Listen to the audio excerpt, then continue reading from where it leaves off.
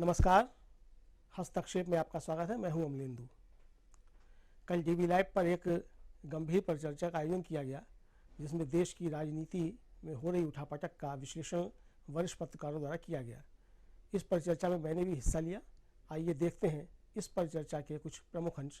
साभार और सीधे राहुल लाल जी आपके पास कैसे देखा जाए, बहुत महत्वपूर्ण है ये 358 सीटें, और इन सीटों से यात्रा गुजर रही है जिसमें 75% सीट्स या उससे ज्यादा बीजेपी और उसके सहयोगियों के पास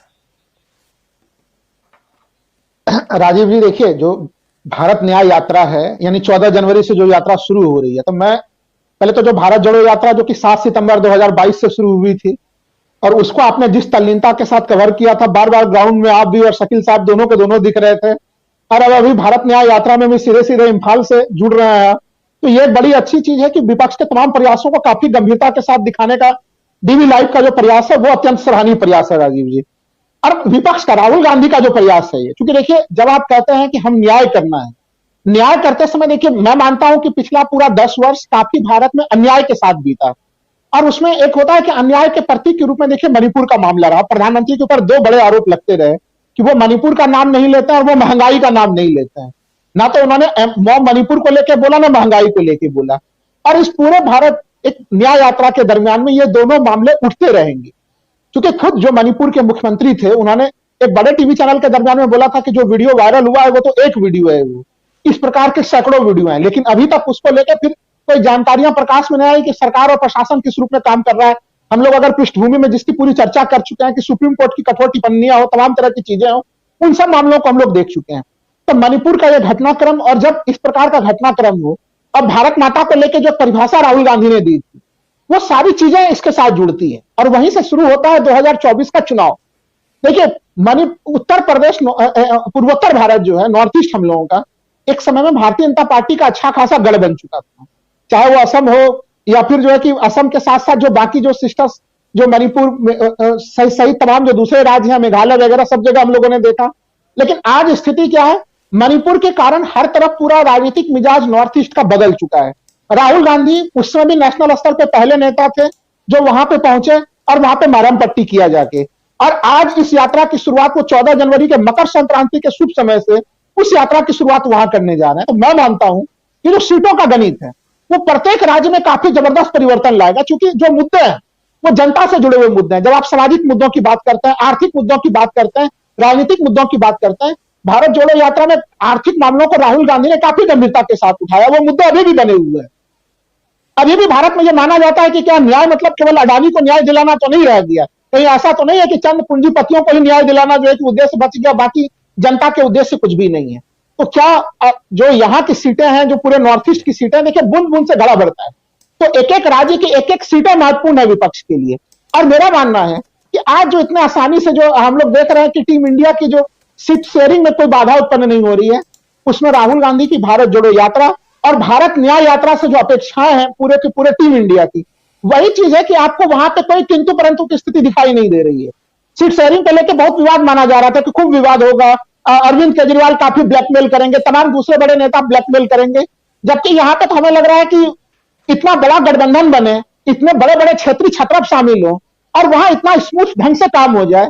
ये चीजें दिखाती है कि सब लोग बिल्कुल चट्टान के तौर पर एकजुट हैं, और भारत न्याय यात्रा में वो साबित भी होगा। कल से देखिए आपने बताया भी कि संजय राउत पहुंच चुके हैं, यानी कल जब इस यात्रा का उद्घाटन होगा तो विपक्ष के कई सारे बड़े चेहरे दिखेंगे, और जब यात्रा आगे अलग अलग स्टेज में आगे आगे जाएगा वो चीजें बदलते हुए दिखेंगी।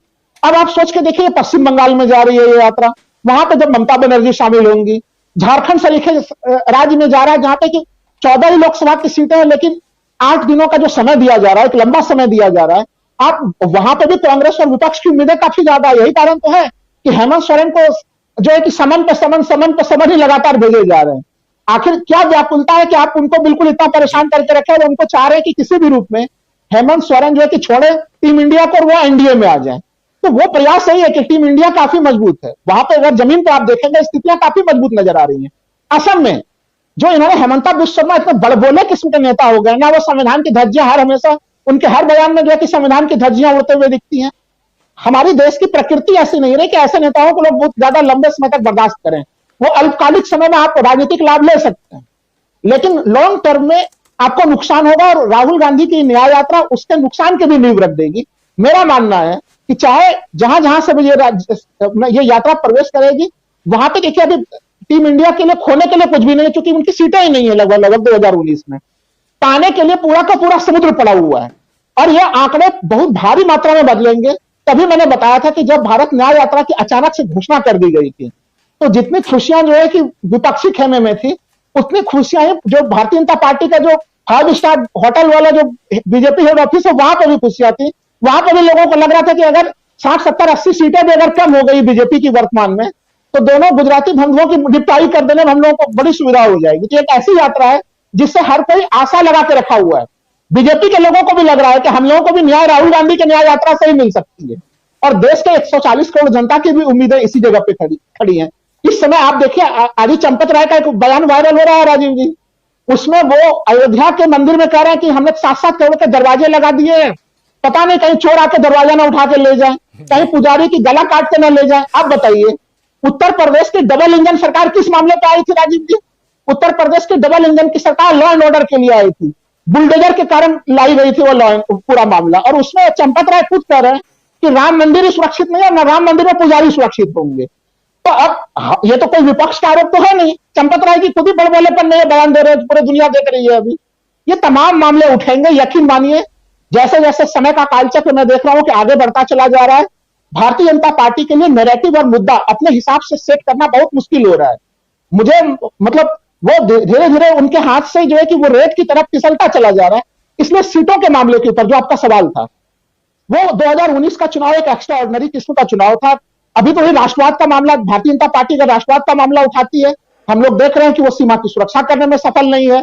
वो सेना को जो है कि पिछले 10 सालों में हम लोगों ने देखा कि 1 रैंक 1 पेंशन के नाम में दिल्ली में जंतर मंतर पे सेना के लोगों के ऊपर लाठीचार्ज हुआ है। यहाँ पे उस सेना में आपने अग्निवीर की व्यवस्था लेके आ गए, तो आपका राष्ट्रवाद भी फर्जी था। आप महंगाई जैसे मूलभूत मामलों का आप सामना नहीं कर पाए। देश में देखिए, किसान सड़क पे, देश के ट्रक ड्राइवर सड़क पे, देश में जो है कि महिला मुक्केबाज सड़क पे, देश के बेरोजगार सड़क पे। पिछले 10 सालों से एक तरह से आप देखिए ओपीएस मामलों को लेकर जो है कि सरकारी कर्मचारी सड़क पे, तो सब न्याय पाने के लिए सड़क पर घूम रहा है राजीव जी। अब बताइए, ऐसे स्थिति में राहुल गांधी की न्याय यात्रा सफल नहीं होगी तो कब सफल होगी?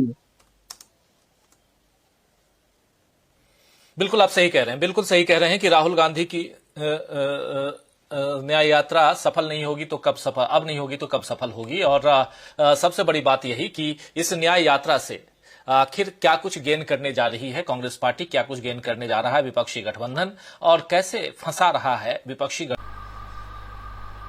आशा है ये वीडियो आपको पसंद आया होगा। इसको ज़्यादा से ज़्यादा शेयर करें, लाइक करें, सब्सक्राइब करें चैनल को, फेसबुक पेज को फॉलो करें और ज़्यादा से ज़्यादा इसको सब्सक्राइब करें।